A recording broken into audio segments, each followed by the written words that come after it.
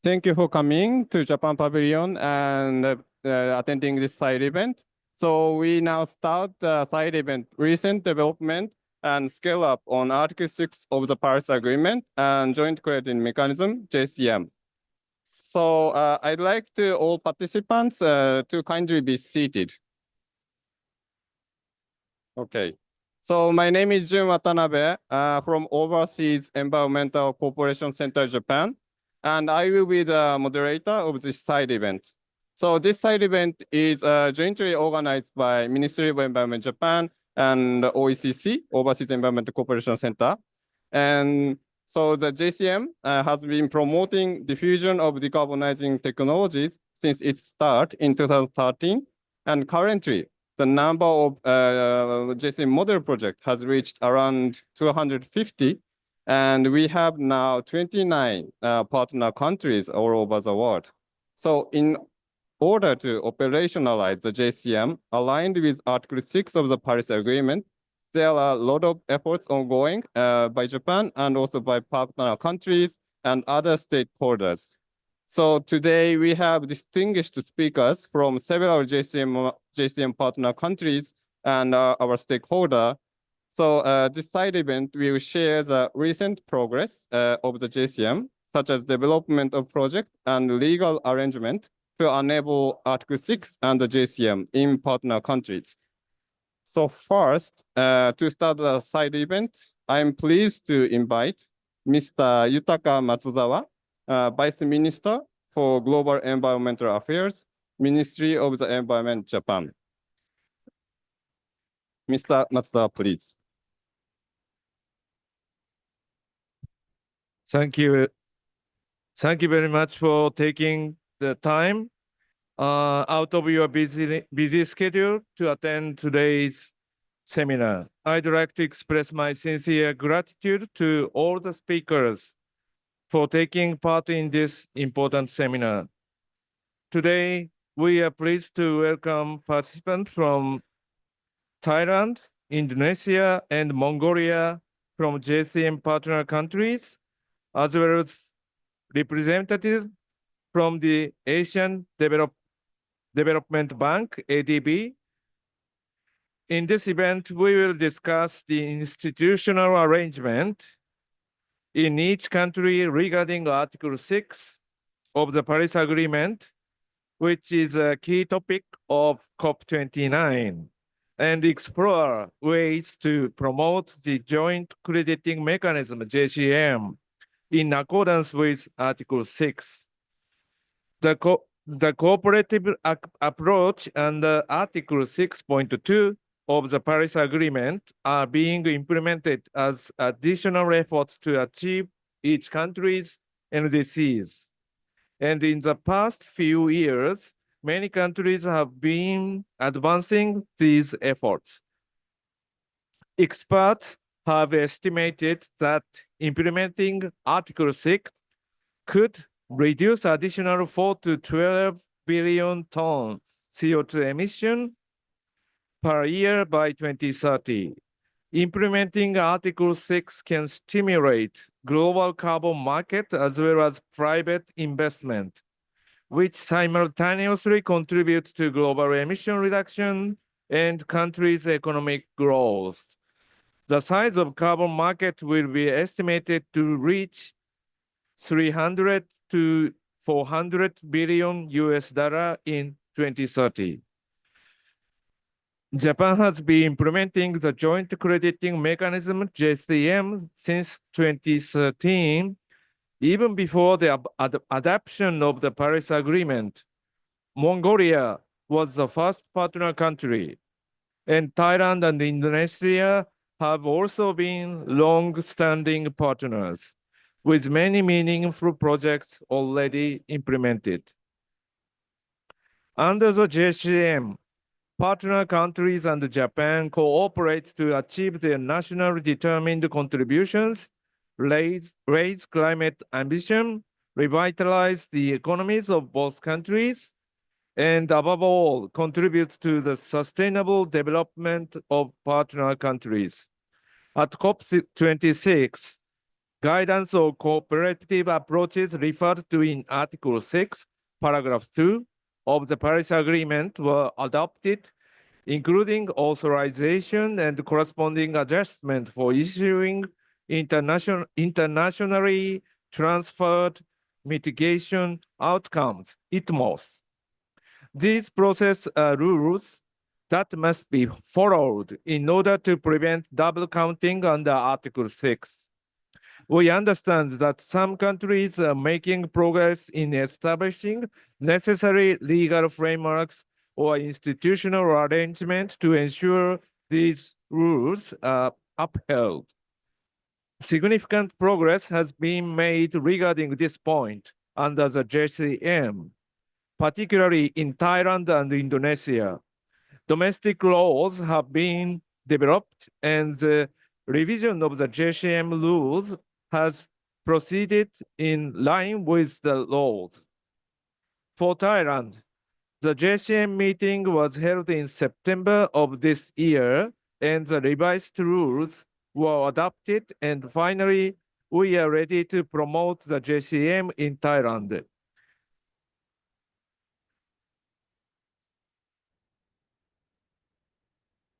And Japan and Indonesia just completed the bilateral process, mutual recognition arrangement on JCM, which mutually understand each country's emission reduction, monitoring, reporting, certification, and registry.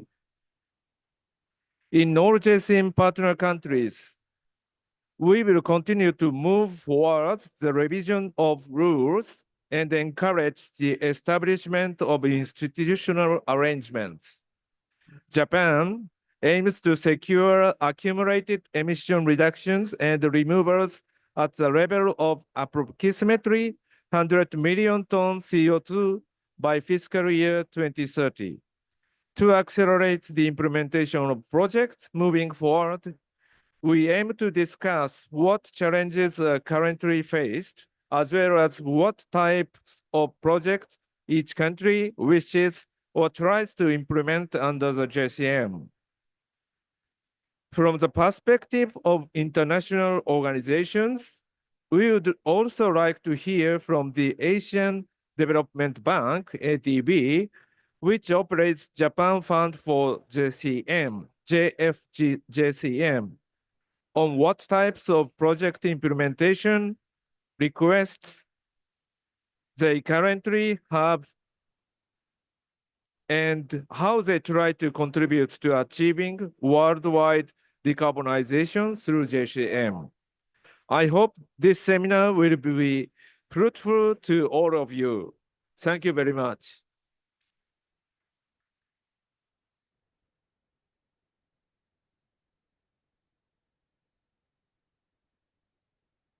Thank you very much, Mr. Matsuzawa, for the opening remarks. So now we are proceeding with the presentation session. So firstly, I would like to invite Mr. Kohei Kiname, Deputy Director, Office of International Carbon Market, Global Environment Bureau, Ministry of Environment, Japan. He will talk about recent progress on the JCM. Mr. Kiname, please.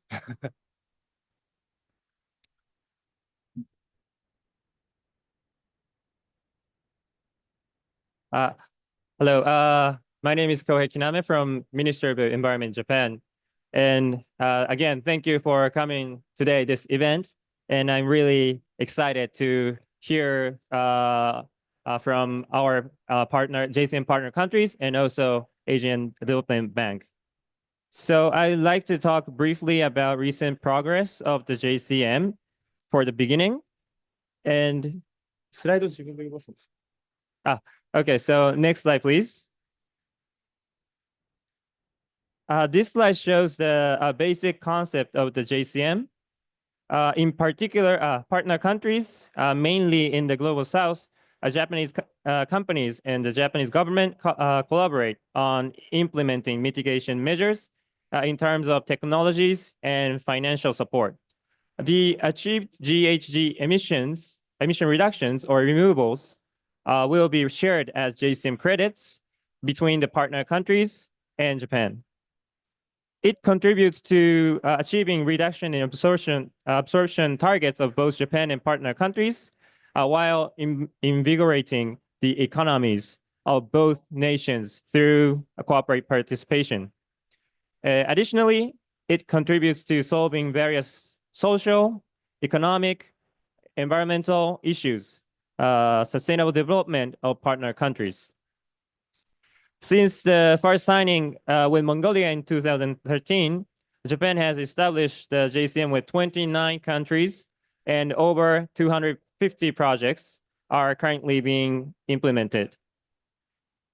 And our JCM targets is cumulative GHG emission reduction for 100 million tons CO2 by 2030. Next slide, please. The JCM offers social, economic, environmental benefits to both Japan and partner countries. And especially for partner countries and partner countries and partner entities in partner countries, JCM could be utilized for exploring new business opportunities or enhancing corporate value, also contribute to NDC as well, and finally solving social, economic, environmental issues as described. Next slide, please. So far, we have more than 250 projects all over the world. Most of them comes from Southeast Asia, as you can see. But recently, we started to expand the JCM in other regions, such as Central Asia, Africa, and Middle East, and Eastern Europe, as you can see these slides. So hopefully, more projects will be implemented in these new JCM partner countries as well. Next slide, please. And so far, there have been 257 technology adoptions in 18 countries. And 56% of these are related to renewable energy, and followed by 34% for energy efficiency. And this is the majority of the JCM for the time being. Next slide, please. And also, next slide, please. But not only renewable energy or energy efficiency, we have a variety of JCM project types, such as waste to energy or effective use of energy, F-gas, and transportation, and also RED+. Next slide, please. And this is an overview of Japan's support for the JCM partner countries. Japan provides a range of supports, such as financial support for projects, and also technical support, and also capacity building for partner countries. Next slide, please. Oh, okay. So we have cooperated with partner countries and implemented many projects, as I described already. And now our main focus is to issue the credits, especially ITAMOS. And issuing credit is really essential for engaging private sector participation in the mechanism. So in order to issue ITAMOS and avoid double counting, we need to secure the institutional arrangement for authorization and procedure for corresponding adjustment. And today I'm really excited to hear from our JCM partner countries and ADB, which is our long-term JCM friends as of today.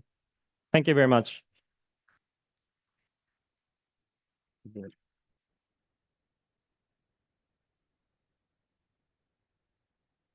Thank you very much, Mr. Kiname, for providing a comprehensive update of the JCM and providing general information of the JCM. It's, I think, very encouraging to hear that increasement of the number of projects and also expansion of sectors. And also government of Japan is providing variety of support to promote the JCM. So thank you very much, Mr. Kiname. So now I'd like to turn to Mr. Virender Kumar Dugal, Principal Climate Change Specialist, Asian Development Bank. So Mr. Dugal leads ADB's carbon market program to support its developing member countries use carbon pricing instruments to achieve the NDCs. He also leads ADB's trust fund that mobilize carbon finance to incentivize investments in low carbon technologies. So, Mr. Dugal, please, the floor is yours.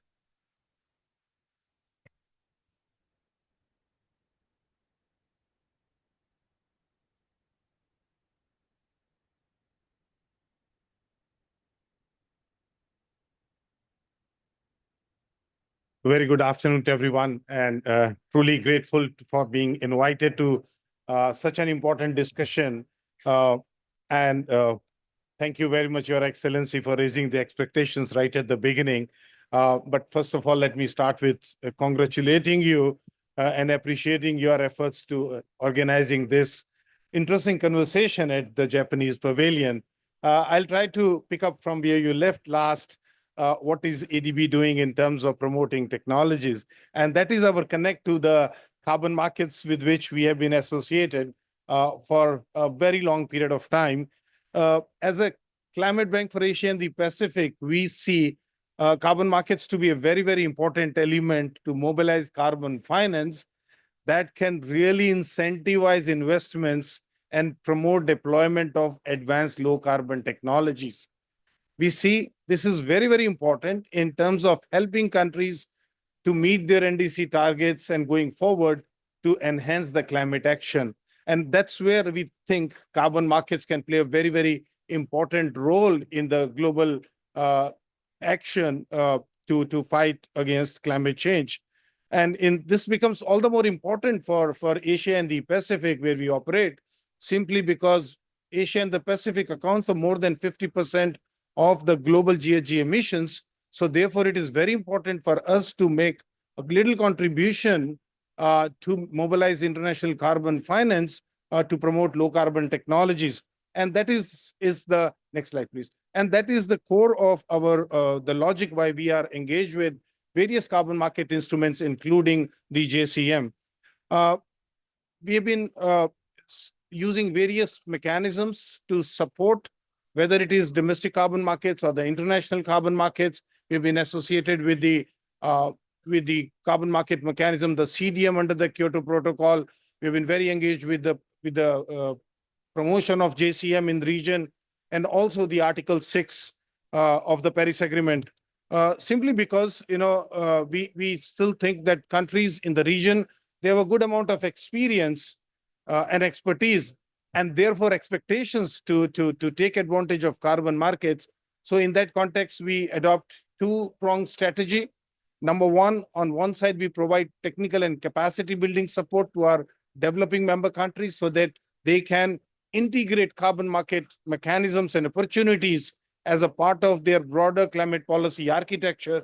At the same time, we mobilize carbon finance through our carbon funds, trust funds, to mobilize carbon finance that can incentivize investments in low carbon technologies. So we have been working with a number of trust funds. We have worked various technical assistance, but it is very important in the current context that we all contribute to the co-creation and development of high integrity carbon markets. And in that context, I really appreciate the initiative taken by the government of Japan to start JCM, which we are quite convinced is a forerunner for the implementation of Article 6.2. So while we are, as a global fraternity, is looking how to go about and operationalizing Article 6.2, we say we have a good amount of experience already there in terms of JCM. And we think that the real projects that we have supported, we are supporting, are providing a good amount of knowledge, insights, and experience how these bilateral mechanisms can contribute. Next slide, please. So a little more insight on what we are doing on the technical side. We are very quick to react, and we established Article 6 support facility to providing upstream, midstream, and downstream support to our developing member countries. The idea, once again, was to help them to consider market opportunities, and this time around in the Paris Agreement, not in isolation, but as a part of the broader climate policy architecture, because we are very convinced that it is we are in the Paris Agreement times where the NDCs are very important for the countries. So countries need to look at market opportunities in the broader framework and not just in isolation. Moving forward, we are working with countries to provide midstream support to identify sectors which are good for their carbon market interactions, and downstream support to help countries to develop a pipeline of projects that can be ready for taking advantage of the market opportunities. The next slide, please. Yeah. So we have been, as I mentioned, that we were very early bird in the pathway for the JCM, and thanks to the support provided by MOEJ, we established the Japan Fund for JCM, which is a very important part of our carbon market program. We are very grateful to the government of Japan for having provided more than $137 million, including $2.97 million specifically for high greenhouse warming potential GHG emission reductions such as methane. So this is a very important thing, especially as JCM provides financial incentives for the deployment of advanced low carbon technologies to ADB finance projects. So there are a number of projects within ADB's pipeline as well as portfolio that can take advantage, or they are already taking advantage of this innovative market instrument in JCM, and that we think can be a good example of how countries can take advantage of this mechanism. So this fund, JCM, is open to all the projects within our developing member countries who have signed the bilateral agreements with the government of Japan. And I'm very happy that the largest number of projects and the largest number of countries with which the government of Japan has signed the bilateral lie within Asia and the Pacific. And that's all provides a good opportunity for ADB to interact, to include JCM as a part of our offering to countries to enhance their climate action. On the next slide, please. I know I'm running a bit long on time. Okay, so this slide gives you a little, information on the type of projects that we are supporting. As you can see that, there are a number of countries that we are working in our region, Maldives to Mongolia to Palau, Indonesia, Bangladesh, and more than $52 million worth of carbon finance has been mobilized through this portfolio of 8 projects. And the technologies, as you can see, are quite diverse, but it is very important to note that these are advanced low carbon technologies, and very important to note these are advanced technology in the country context. So this again goes back to the point that we normally talk, that the carbon market mechanism or any policy instrument should make sense in the country context. And that's where it becomes very, very important for us to look at that these are the technologies which are new for the countries, where countries do not have a previous experience and expertise and therefore the contribution made by JCM helps us and helps the countries to include advanced low carbon technologies which are new in the country context. I think that is very important because, under the Article 6, we oftentimes talks about any carbon finance that you mobilize should bring about transformation. So this is transformation. This is transformation in the country context. And we are very grateful to MOEJ for providing support to ADB to run this fund and send a very good signal to all the countries to utilize carbon markets. And also very important is to send a price signal. This is really very important in the current context when the sentiment in the market has been down ever since the Kyoto markets went down, and we are still building markets under the Paris Agreement.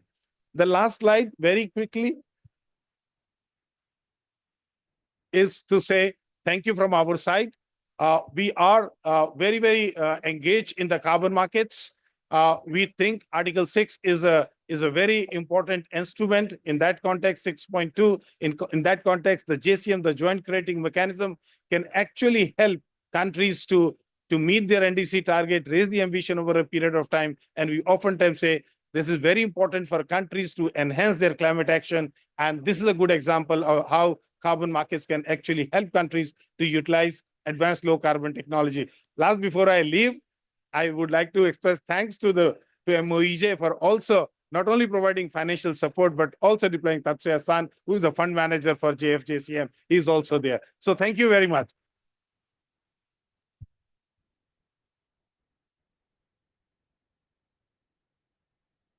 So thank you very much, Mr. Dugar, for providing overview of ADB's program and its comprehensive approach to promote carbon market and Article 6, and including the JCM in each partner countries.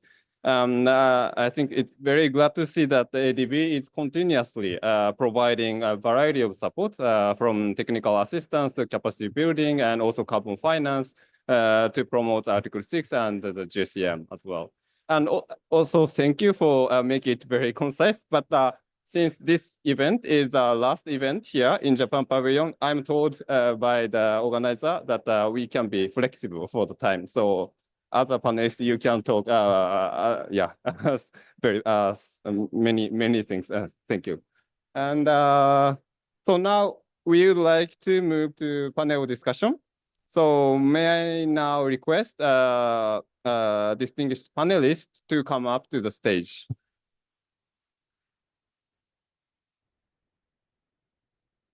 Ms. Ogi, Dr. Putipar, and also Mr. Kahyadi from Indonesia is online. So please show the monitor. Yeah, also please.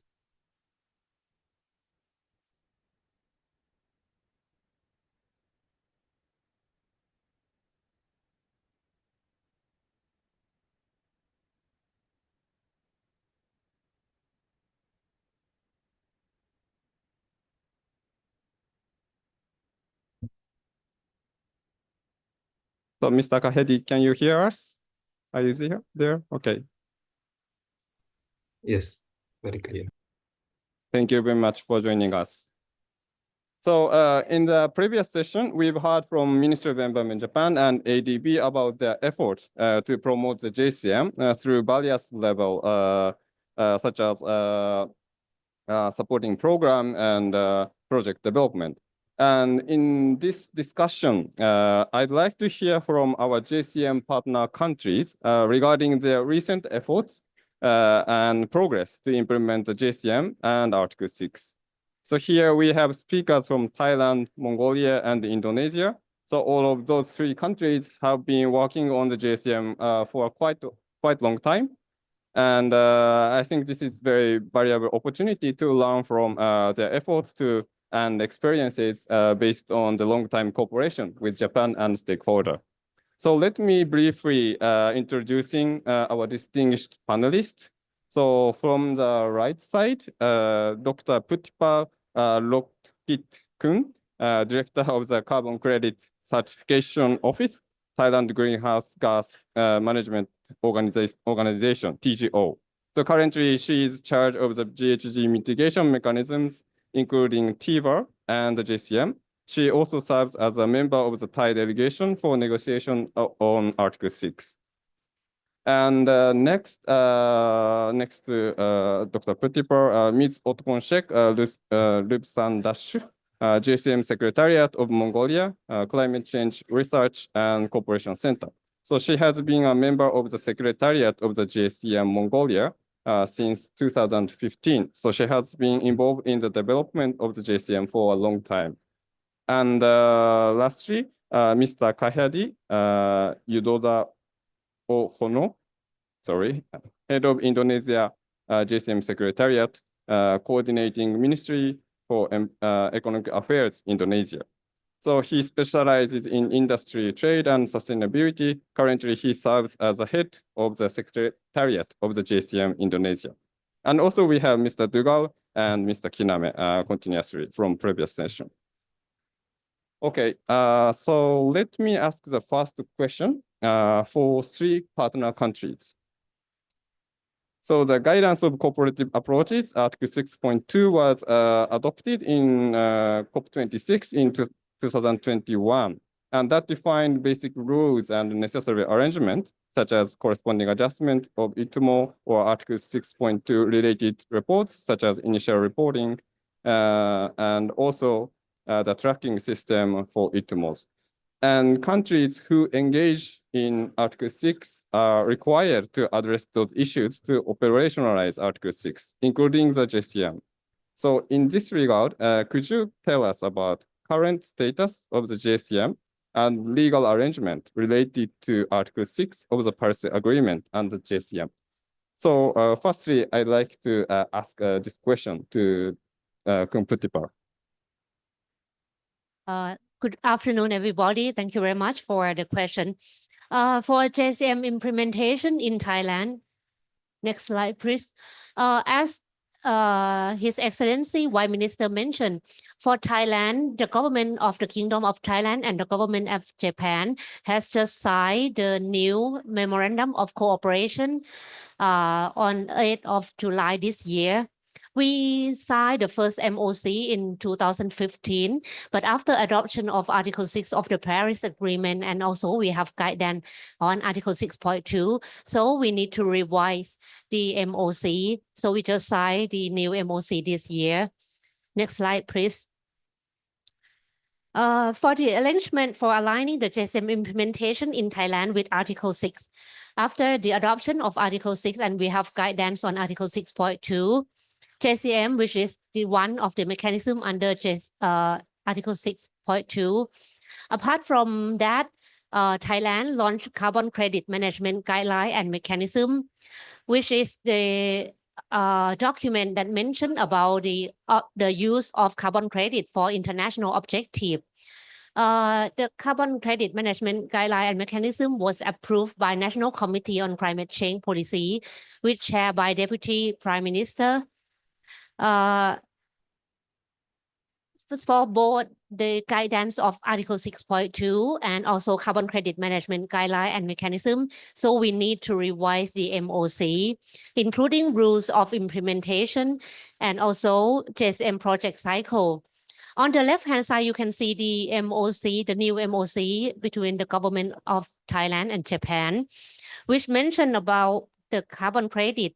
Part of carbon credit issue from emission reduction and removal achieved by project may be used toward the achievement of Japan NDC, and we will ensure that the double counting is avoided on the basis of corresponding adjustment consistent with the guidance. We also mentioned in the MOC, and also in project cycle, there are 4 key issues that we mentioned for aligning with Article 6 of the Paris Agreement.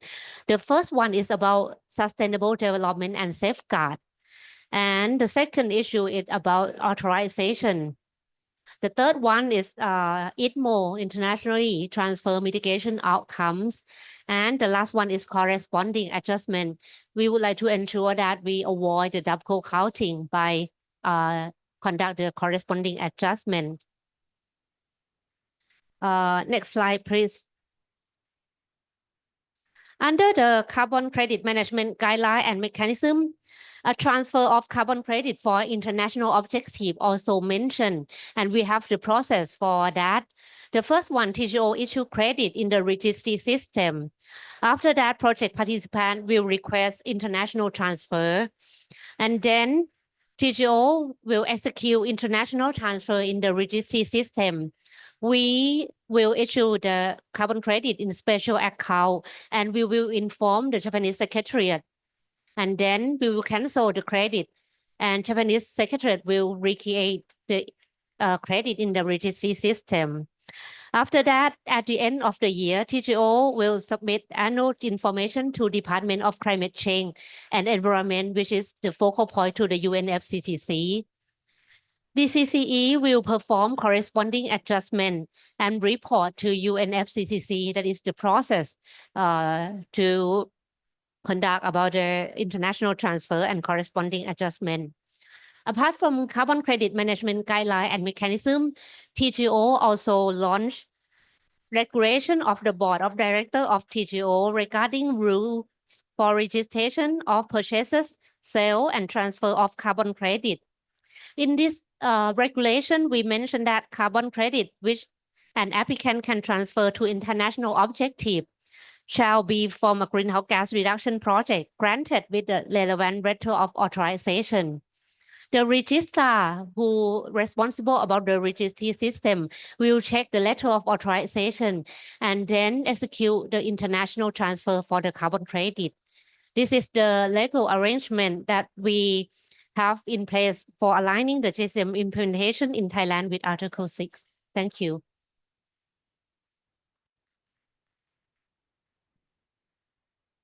Thank you very much, competitor. So nextly, I want to ask same question to Ms. Ogi. So, Ms. Ogi, yes, the floor is yours. Thank you. I have started.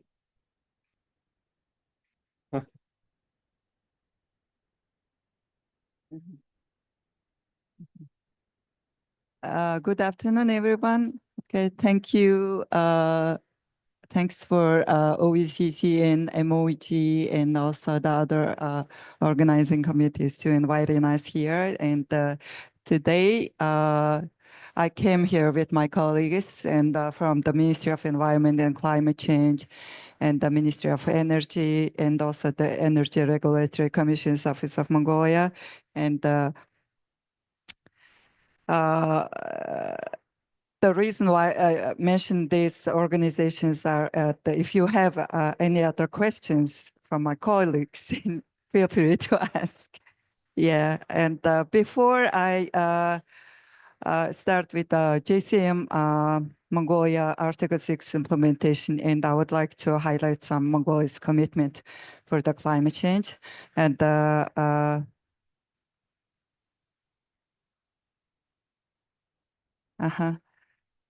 So the Mongolia committed to reducing the GHG emission by 22.7% by the 2030, and key sectors are energy, agriculture, waste management, and forestry.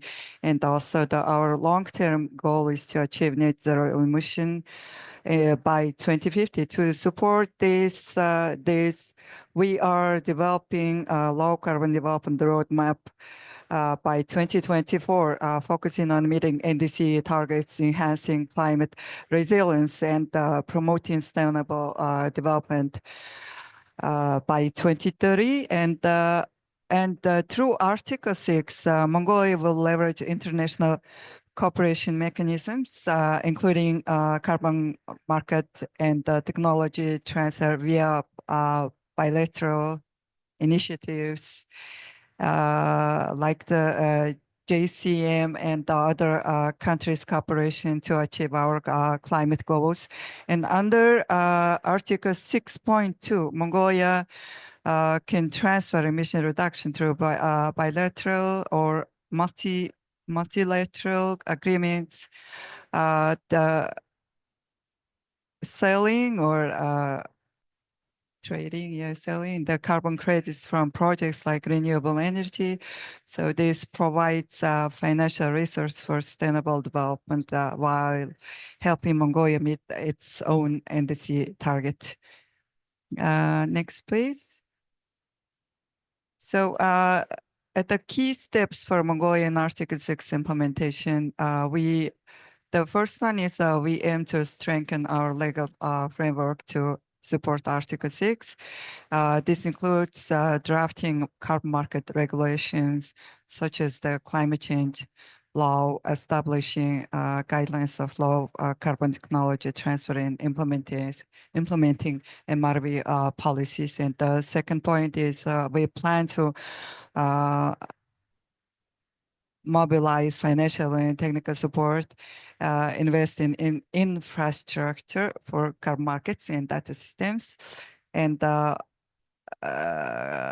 close capacity gaps through training and international partnerships. And the next point is to enhance partnership with the countries like South Korea and others in the future cooperation. We will establish a centralized coordination mechanism, leverage this partnership for technology transfer and capacity building, and align agreements with our climate strategy. Yes, next, please. Yeah. So in not only the JCM, but in Mongolia, in our current priority is formalizing an authorization entity to oversee at the most, developing MRV system that meets international standards and ensuring compliance with Article 6 and other international agreed regulations. So about the corresponding adjustment to secure international recognition of our carbon credits, we will finalize methodologies to prevent double counting and collaborate with the partners for transparency and integrate this adjustment into our national climate strategy. But in the current situation, we've been developed almost ready to submit our first initial report under the Article 6.2 requirements. It's not submitted yet, but we will soon, maybe today or tomorrow, but we cannot, we don't know, and have to submit into the UNFCCC portal, and that's the problem for us, yeah, for Navia, that's it.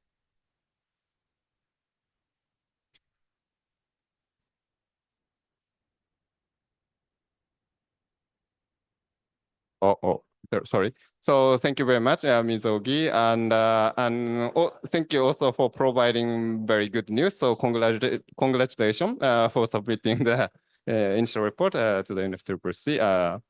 Yeah, shortly. Okay. So nextly, I would like to ask the same question to Mr. Kahyari from the Secretariat of the JCM in Indonesia. Mr. Kahyari, the floor is yours. Good afternoon, everyone. Can you hear my voice clearly? So my name is Cahyadi from Indonesia JCM Secretariat under Coordinating Ministry of Economic Affairs. And I'm really excited to join this event, side event, even though at the moment I'm too far from Baku. So to respond the first question, next slide, please. Hello. Yes. Maybe the order is slightly changed, but I will start with the legal arrangement, and then I will explain about the current development of integration of JCM in Indonesia.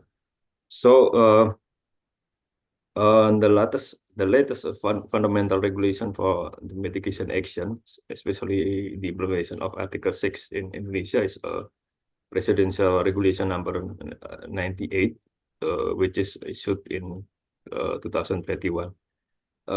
This is a regulation for the implementation of carbon pricing to support the achievement of NDC and future climate targets. And also we have the Presidential Regulation number 112 to encourage the development of renewable energy-based power plants. And as a more technical elaboration of the presidential regulation on carbon pricing, a number of ministerial level regulations were also issued, including a regulation from Minister of Environment and Forestry on carbon pricing governance, and from Minister of Energy and Mineral Resources on the establishment of ETS on power generation sector, and also from Financial Service Authority.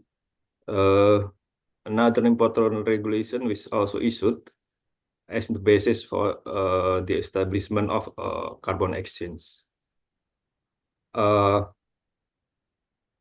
Sorry.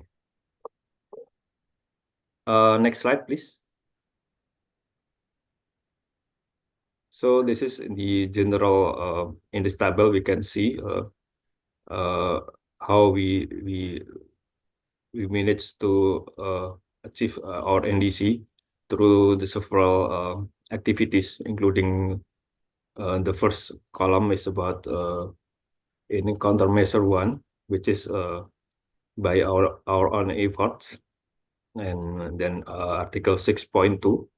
Which is the implementation of JCM. It is some important point. We can see that this is a G2G cooperation that not that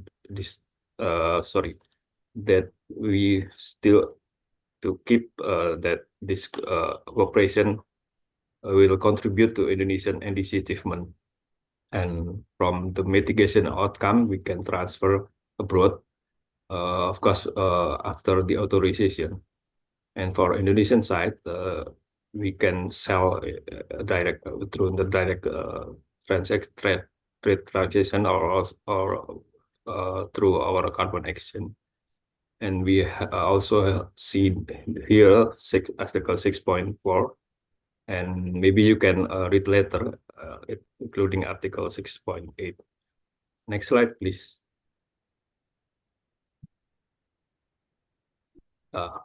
Here is the development of implementation in Indonesia, JCM Indonesia. There are 64 projects, which is based on more than 120 feasibility studies and 28 methodologies. In terms of project cycle, there are 31 projects in the pipeline, 23 registered, in which 12 projects already issued the carbon credits. On the left bottom side, you can see this number of technologies that are applied in our projects. While in the right bottoms, you can see the sector that are involved in JCM project. Next slide, please.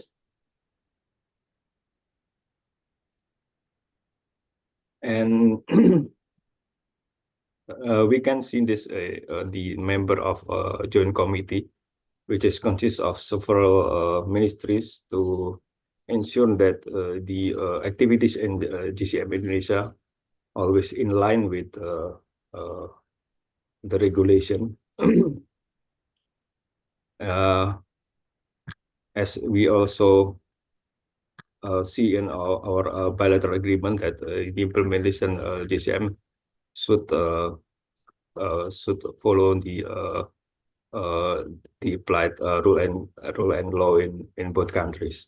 So there are seven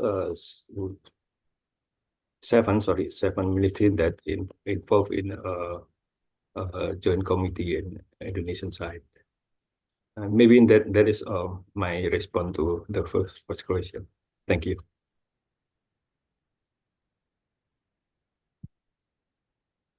Thank you very much, Ms. Kahyadi-san. Thank you again for all three speakers to provide a successful case to operationalize the Article 6 and the JCM in each country. And I think each country has different situation and backgrounds, like in terms of like domestic carbon pricing introduction or carbon crediting scheme or certification and registration system for carbon project. So based on each country's situation, I think each country differently, but successfully integrating the JCM into their framework and system. So nextly, I'd like to ask one more question to our partner countries. So each country has different situations and challenges to achieve the NDC target. And for many countries, it would be important to utilize the international support like Article 6, and also as well as implementing domestic efforts, of course. And based on the country's specific situation and priority, each country may have needs or strategy to effectively use the JCM, so which can contribute to implementing their NDC or raising their ambition. So in this regard, I would like to ask about what type of projects or technologies do you expect to be implemented under the JCM? And how do you promote such project under the JCM? So again, I'd like to start with Thailand, Puttipa-san. Thank you very much. The project that we expect to be implemented under the JCM are projects that promote development and transfer of advanced technology or innovation and require a large amount of investment. This one is the one criteria that we mentioned in carbon credit management and guideline to select the project for international transfer. It include the first one is capture, storage, or utilization, or CCUS. The second type of technology is renewable energy or alternative energy to fossil fuel, such as green hydrogen, tidal, offshore wind, geothermal energy, SAF, or green ammonia. The third one is energy efficiency improvement in building, factories, or household, such as high efficiency electric furnace and electric boilers, and also high efficiency electric motors for industrial processes.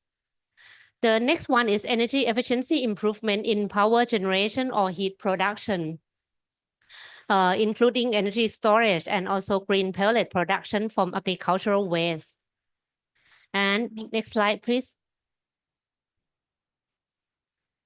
The next sector is about the transportation, the vehicle, and also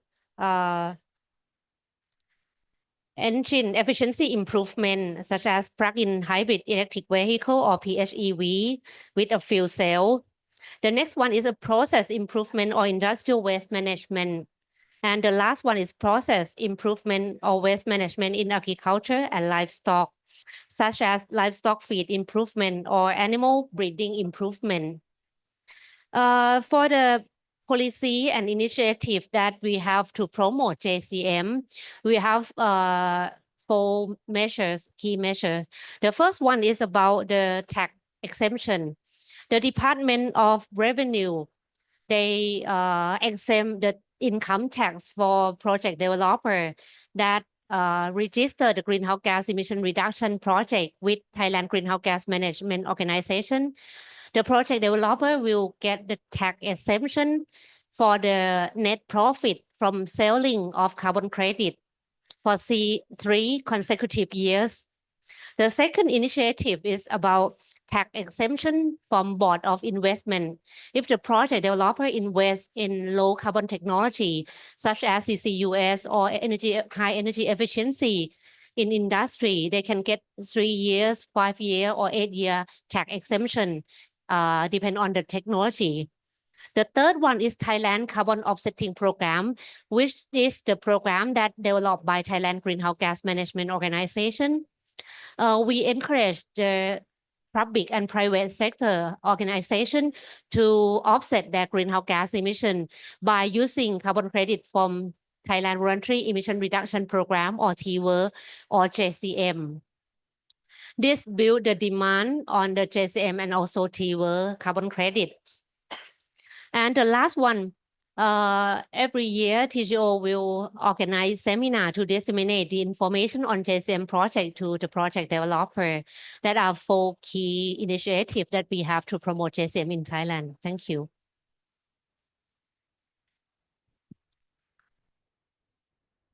Thank you very much, Putipa-san.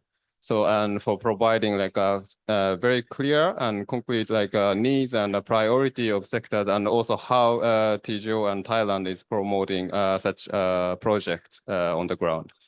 And so next week, Ms. Ogi, again, thank you, please.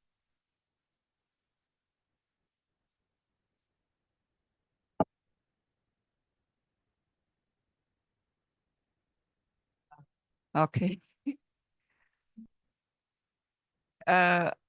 Okay, before I briefly make a brief the expected projects, now I would like to introduce the JCM projects implementing in Mongolia and also the current progress of the projects. And I'm sorry, in the title of the slide, I forgot to translate it, and it says Mongolia's energy, renewable energy development and it's JCM contribution. It says that.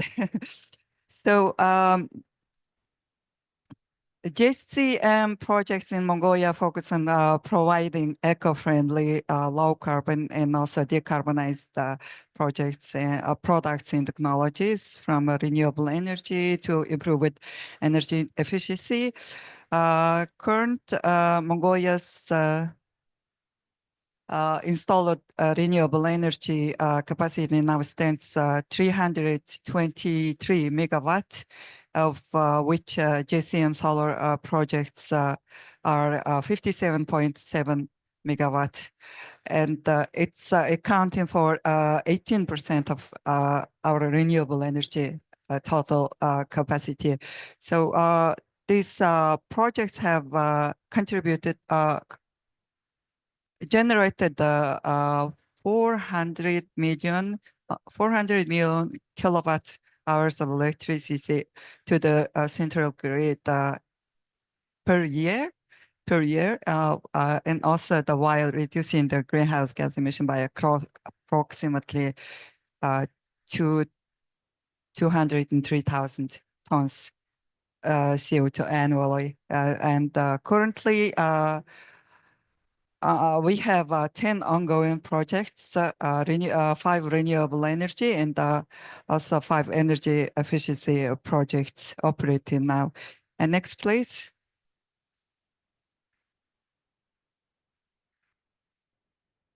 And you can see my slides. Yeah, okay. So additional JCM projects are further enhancing our energy efficiency and also the environmental conditions. For example, high efficiency boilers have been installed in schools. Central heating is being provided to the countryside, rural areas, and more efficient. And we also implemented efficient power transmission lines, reducing energy loss across the country. And these are all the energy efficiency projects. And within these energy efficiency projects, it's called the COP Benefit Corporation. We are partnered with the Overseas Environmental Cooperation Center since 2013. This organization is developing projects and finding the projects in Mongolia. So thanks. I would like to say thanks to the OECC. And also, next, please.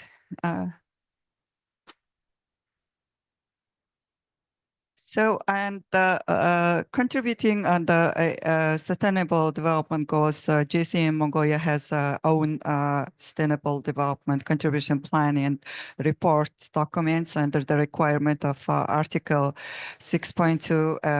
It regulates the JCM projects, environmental integrity, and contribution for SDG, and also we are adopted the gender equality guideline document too. And this slide is shown as one of our project SDG indicators. And next, please. So technologies under consideration. Then, of course, we would like to implement all kinds of technology projects through the JCM in Mongolia, but it's not possible because JCM has a limited budget because JCM is implementing for the 29 countries, and that's why we cannot implement all we want. And but since the JCM becoming the Article 6.2 mechanism, Mongolia is planning to extend the scopes of projects based on past experience and also the future needs. Last 11 years, we succeeded to implement the above mentioned projects, 5 renewable, 5 energy projects. It's accumulated about 1,000 of credits. So, and further interested, project interested in addition to renewable energy projects to have more transfer technology and and also the know-how for energy efficiency, both in terms of production and use.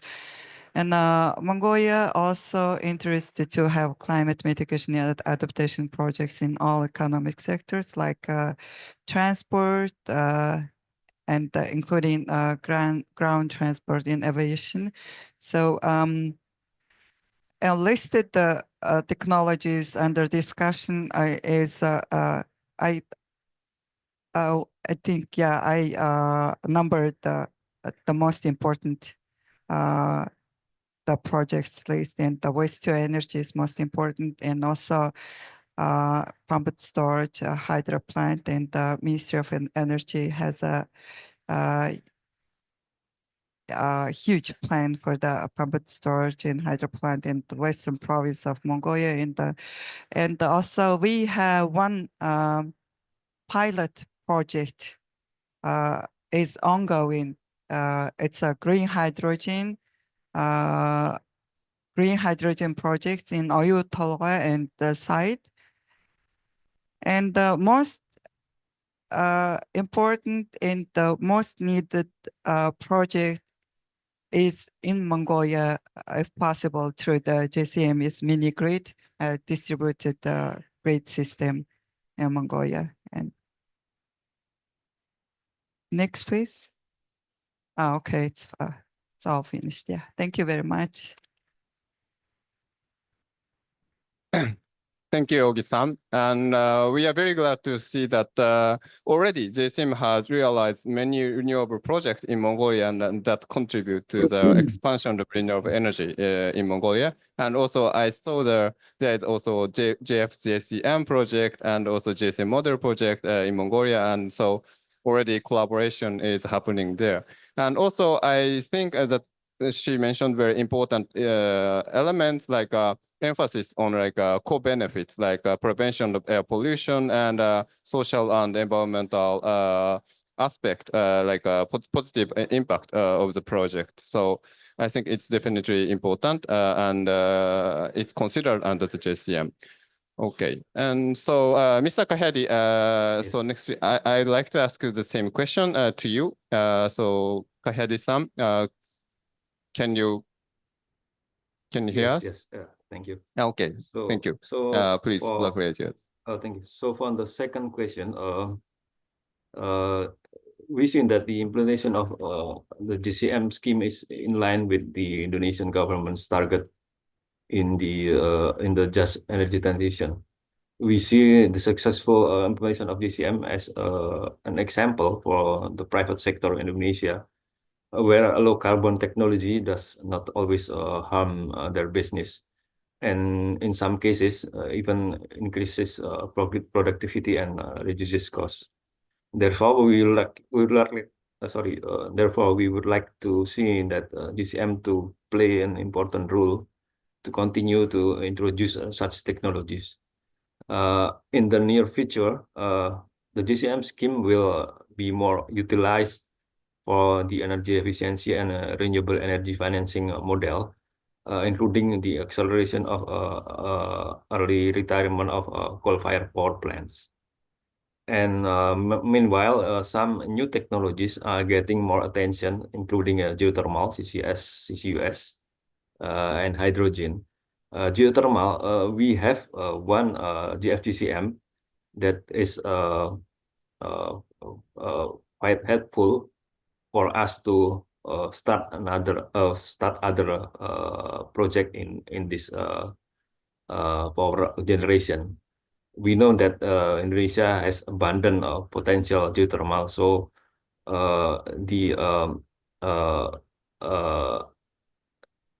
the introduction of energy efficiency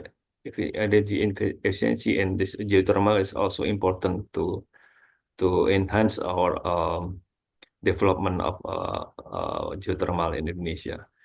CCS, currently we have a discussion to have CCS and CCUS included in scope of sector in JCM. Discussion is still ongoing, and we hope that we can have agreement to include these activities in JCM implementation in Indonesia. And also hydrogen. Currently, I think this week we have a consultation with Indonesian project participant that they already to implement new technology of hydrogen. This also have important role to advance our cooperation in JCM activities. We also would like to disseminate information through seminars and website. And also we see the important role of local stakeholder consultation, which is in this event, we also require project participants to invite some business actors to introduce new technology. Maybe that is my short answer. Thank you. Thank you, Kahyari-san, providing the current discussion for the prioritization of the project, and also thank you for providing how you promote private sector's engagement to promote the JCM. So I think 3 countries.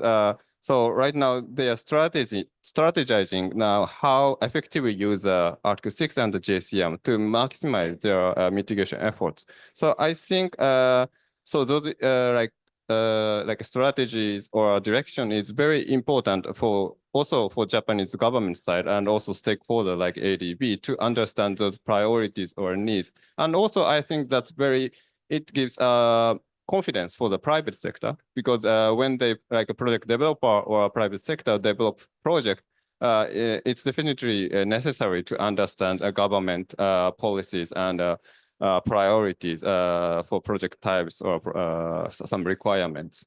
Thank you very much. So nextly, sorry for keeping you wait, Mr. Dugao.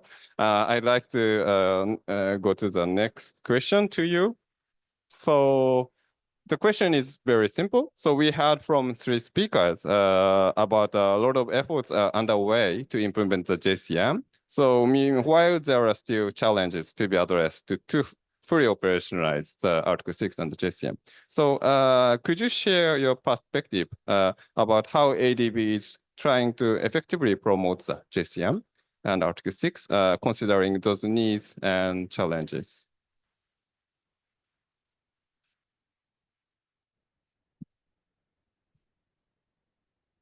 Thank you. Thank you for the question. This is really very interesting. When the JCM started, I mean, as I mentioned in my initial intervention, ADB adopts 2-pronged strategy, and very important bit is that we help countries to understand the importance of carbon market to start with, and help the policymakers to integrate those carbon market opportunities as a part of their broader policy framework. Simply put, I mean, one of the challenges that the countries have in the region is they do not have the necessary capacity to develop the necessary policies. I think, and I'm not complaining, I'm simply saying because these are new instruments. And any new instruments would require time for countries or the policymakers to make the requisite policy. And then they need to make institutions. They need to send a signal to the private sector that there is a certainty. So I think in the broader context, the readiness is a work in progress. And that is very, very important. The second thing I think which is very important for any market mechanism to come up is to send the price signal. And that can only come with some of the initial transactions. Broadly speaking, what I'm trying to build a case for is there should be a trust in the markets. I think that's very important. Only when there is a trust in the markets for the investors will they be able to see and consider those potential benefits coming out of markets in their investment decisions. So I think we are trying to address that issue. So on one side, like when the JCM started, we worked with some of the countries. I remember we went to Thailand, we went to Mongolia. Dr. Zamba was sitting here, and we went to Indonesia. So we went about to enhance the awareness about JCM, and that's precisely what we are doing for Article 6 now. So ever since we established this new facility, Article 6 support facility, we are trying to enhance the capacity of the policymakers to understand how can they look into to new market mechanisms, start factoring those in their strategic thinking, in their policy framework, build the institutions around it, and also send a very clear signal to the investors. I think that's very, very important as far as we are concerned. The second bit I would say at this point is very important is to initiate some of the transactions, because we are in the very early stages of the market mechanisms. We have done with JCM, we have built a case, we have a pipeline, we have a portfolio of JCM projects, which makes the case very, very clear that it is real, it happens, the money can flow through the JCM, and that makes a very solid case for countries to start looking at 6.2. I'm very happy at the outcome of 6.4. So I think this is what we are trying to do for the creation of the market, to build the confidence in the market. We are doing a number of projects in the JCM sphere, but we have also established a new carbon fund on Article 6. We call it Climate Action Catalyst Fund. And that is again trying to provide carbon finance to incentivize investments in low carbon technologies. So I think on the broader context, to answer your question, we are trying to build on the market confidence. And that's what we think as the Climate Bank for Asia and the Pacific, we take it upon ourselves to help countries to understand the usefulness of the carbon markets. I think sum and substance, this is what we are trying to do. Stop here. Thank you very much, Mr. Dugar. So yeah, so ADB is really supporting and to operationalize the carbon market, and also he emphasized that attract real investment to the to implement the carbon project is very necessary, and also and capacity building for policy makers and also carbon finance they provide. And yeah, thank you very much for your presentation. And so can I take the microphone once again? Yes, please. Okay, one thing that I missed. Well, we have been supporting JCM for a number of years, and we have developed a good body of knowledge, and we captured that knowledge, that experience in 2 publications, 2 papers, and by which we are trying to make a very solid case that JCM is a forerunner, is a good example of how Article 6.2 can be operationalized. So those who have joined now, I mentioned about it earlier, but those who are joining now, please, I'll request you to look at ADB's publications, and that will help you to understand what Article 6.2 can look like when 2 countries can work together. At the end of the day, we would like countries to work in the spirit of cooperative approaches. That is a spirit of Article 6 of the Paris Agreement, and JCM, to my mind, provides a very good example to build on. Stop. Thank you very much. Thank you very much, Mr. Dugar, and thank you for your very encouraging message too. So I'd like to open the floor to the audience, and if you have any questions, please raise your hand. Maybe I can take 1 or 2 questions. So please. Thank you. Okay.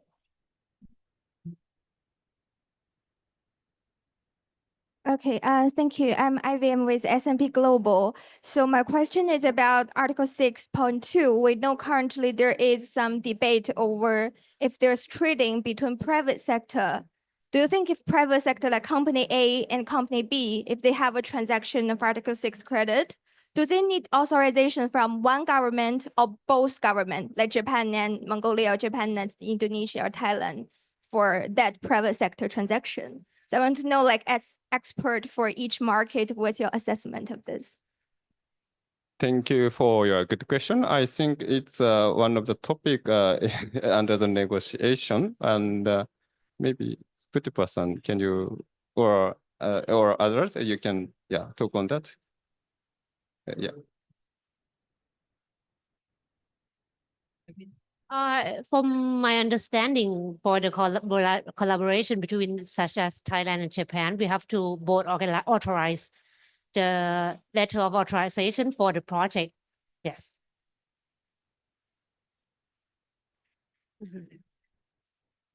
Okay, every speaker has the same understanding. Is it okay? I mean, for the project, yes, for the first transfer, I think it's mutual agreement that there need authorization. But for example, if the second transfer or third transfer, there is like a carbon trading between companies, do you think authorization are still necessary? Yeah. I think this is still being negotiated. We'll stop here. Okay, thank you. Yeah, hopefully we will see the decision next week. Okay. And any other question? No? Okay. It's time's up.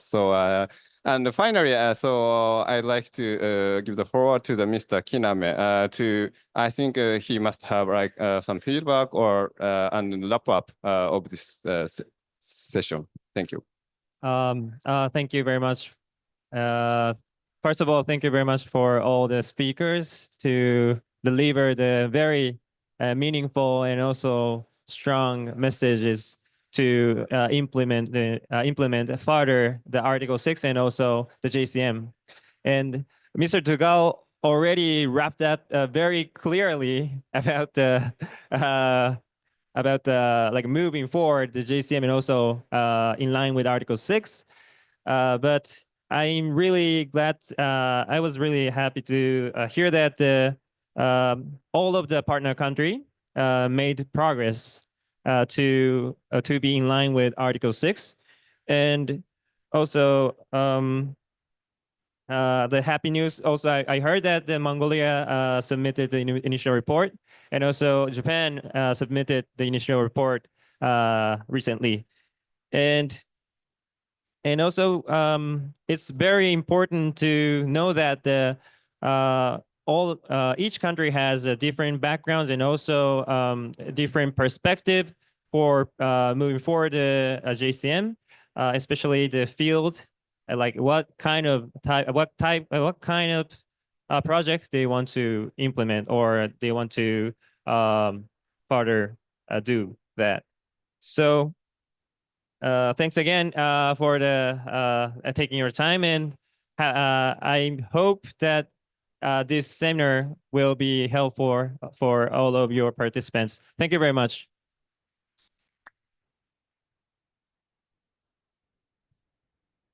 Thank you very much. So now we'd like to close this seminar. So thank you for distinguished speakers and all the participants. Thank you very much.